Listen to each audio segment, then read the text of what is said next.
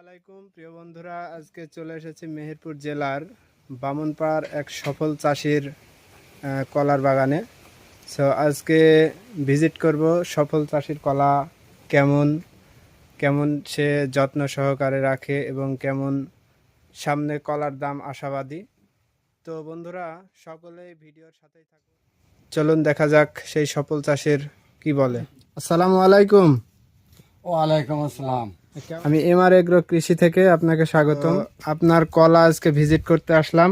তো আপনার সর্বমোট কলা এবছরে কয় বিঘা আছে? 4 বিঘা। 4 বিঘা আছে। তো 4 বিঘা কি এরকম সব একই না ছোট বড় আছে? এরকমই কলা।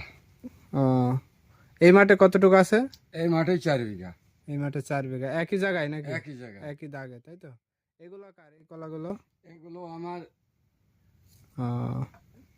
কলার এবার কেমন কি দাম যাচ্ছে বা সামনে কেমন আশাবাদী আপনারা চাষিরা, সেই ব্যাপারে একটু কথা বলেন। যেহেতু আমি ব্যবসা করি, সব জায়গায় মাল কিনি বেড়াই, যেহেতু বাজার মোতাবেকে মালের সাইজ মোতাবেকে রেট, যেমন যেমন মাল তেমন সেরকম রেট। আচ্ছা, আমরা তারপরে গাও যেগুলো 10-12 ছড়ি সেগুলো কিনা হয়েছে 480, 400, 460 এই রেটের। ও, আচ্ছা, আমরা কিছু কলার কাজই দেখতে পাচ্ছি। তো এগুলা হচ্ছে, এখানে একটা কাদি আছে, এটা কেমন কি মানে পুরলে রেডি হলে কেমন কি রেট হতে পারে আনুমানিক? এটা আনুমানিক আমার 4 বিঘা হয়ে আমি 480 টাকা করে বিক্রয় করে দিচ্ছি। ও, গড়ে, তাই তো? হ্যাঁ, অ্যাভারেজ। এভারেজ 480 টাকা করে। সামনে আশাবাদী মোটামুটি ভালোই দাম পাওয়া যাবে আর কি। এদিকে কি কোনো কলার ভুঁই বা কোনো চাষাবাদ ডুবে গেছে বা বন্যার কবলিত কোনো চাষাবাদ পড়েছে না কেমন কি আছে আপনার যেহেতু জানা আমি মতে? বিভিন্ন জায়গায় ঘুরি, বিভিন্ন জায়গায় বেড়াই, এখন পর্যন্ত আমার চোখে পড়েনি কোনো জায়গায় কলা ডুবে গেছে অথবা কোনো জায়গায় ভেঙে গেছে কিংবা নষ্ট হয়েছে। এখন এইভাবে আবহাওয়াটা থাকলে চাষি লাভবান হতে পারে।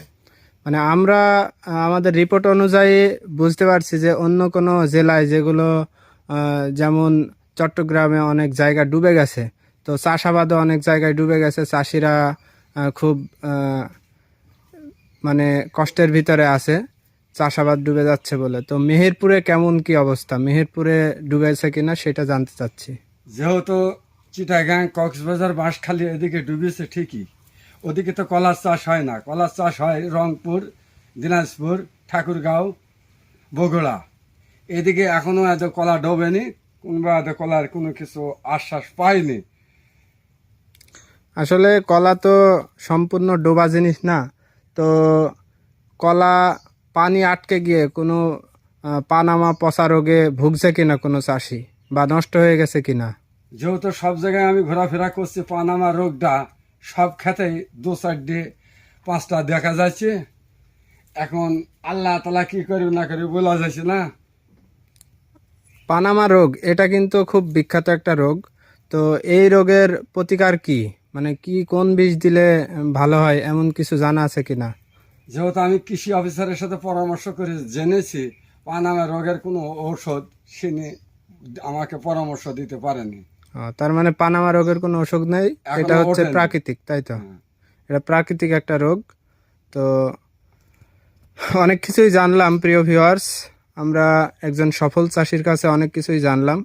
তো ভিডিওটা যদি ভালো লেগে চাষি না, থাকে, ব্যবসায়ীও। ও, ইনি ব্যবসায়ী এবং চাষি দুইটাই। তো একজন সফল ব্যবসায়ী এবং একজন সফল চাষি। তো এনার কাছে অনেক কিছুই জানলাম, মেহেরপুরের অবস্থা আপনাদের জানালাম। তো ভিডিওটা যদি ভালো লেগে থাকে অবশ্যই শেয়ার করে প্রত্যেক জনের কাছে ছড়িয়ে দেবেন, অল্প একটু উপকৃত হলেও হতে পারে। তো সকলে লাইক কমেন্ট শেয়ার করে ছড়িয়ে দেবেন।